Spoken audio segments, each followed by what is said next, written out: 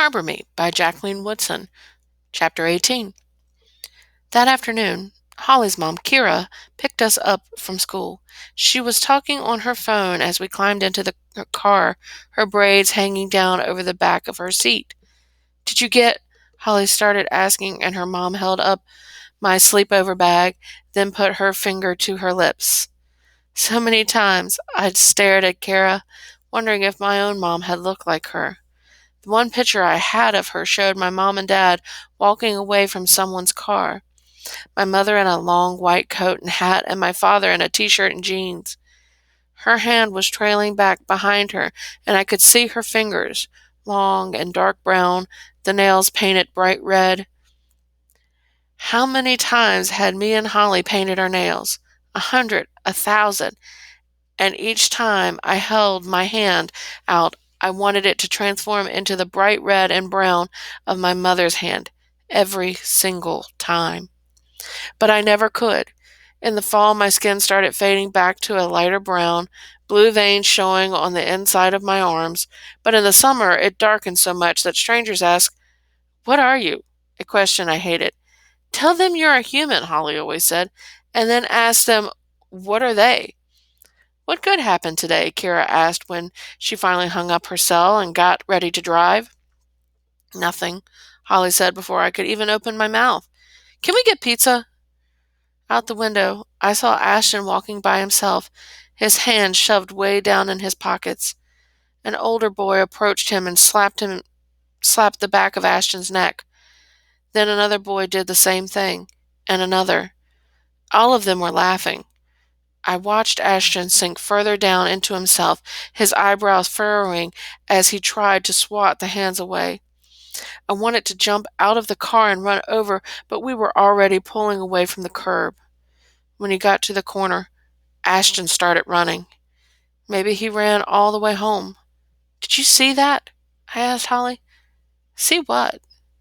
"Nothing." "And can we get the pizza from the place on Nostrand's?" Holly asked her mom. "I don't like that other place. You and Dad do, but I don't." After a minute, she said, "Haley doesn't either." "I'm good either way," I said, still looking out the window. "It's called necking. In the olden days, necking meant kissing, but not anymore. Now it meant running up to someone and slapping their neck. Hard." How did the same word that described two people in love become a word that describes something so mean?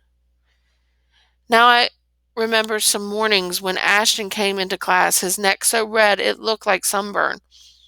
"And I get to choose the movie," Holly was saying. "Something good this time."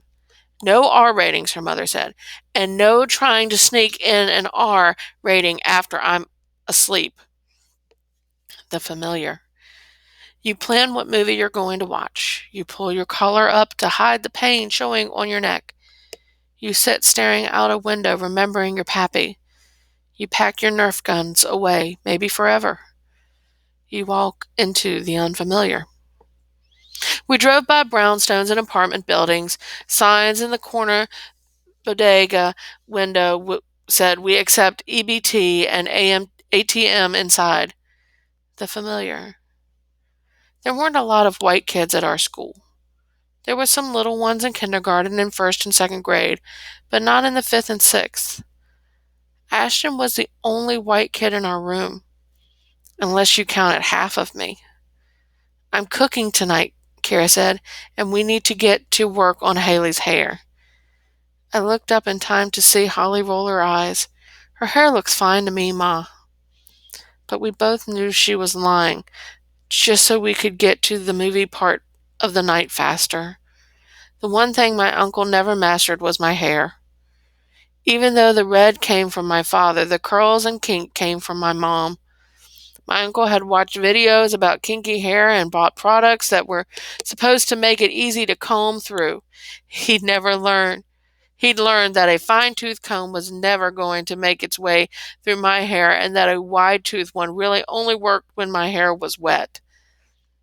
When I was 5, he had a black girlfriend for about 3 months, and I swear they broke up because she couldn't help him with my hair. Looking back on that, I remember the woman had a nearly shaved head, which should have been a sign to him that hair wasn't her specialty. Then one day, after me and Holly had become friends, Kira walked over to my uncle in the schoolyard. I can help you with your daughter's hair, she said. Holly was standing beside her, her hair neatly braided into cornrows. That's her uncle, Ma, Holly said, not her dad. And that was the beginning of me spending most Friday nights at Holly's house. Sometimes my uncle went out on dates those nights. When I was little, I was so afraid he'd fall in love with someone and leave me, or worse, move them in and they tried to become my mother. But that never happened. And now I don't feel that way. Some days, seeing the loneliness in my uncle's face, hearing him play his sad love songs on the guitar, watching the way he looked at other couples on the street, I wanted him to fall in love. I wanted him to find a happy ending. You okay?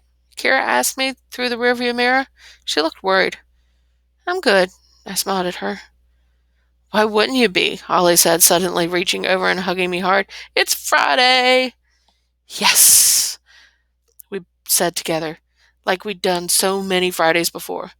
I got a new nail polish for us to try, Holly said. It's called Royal Ruby.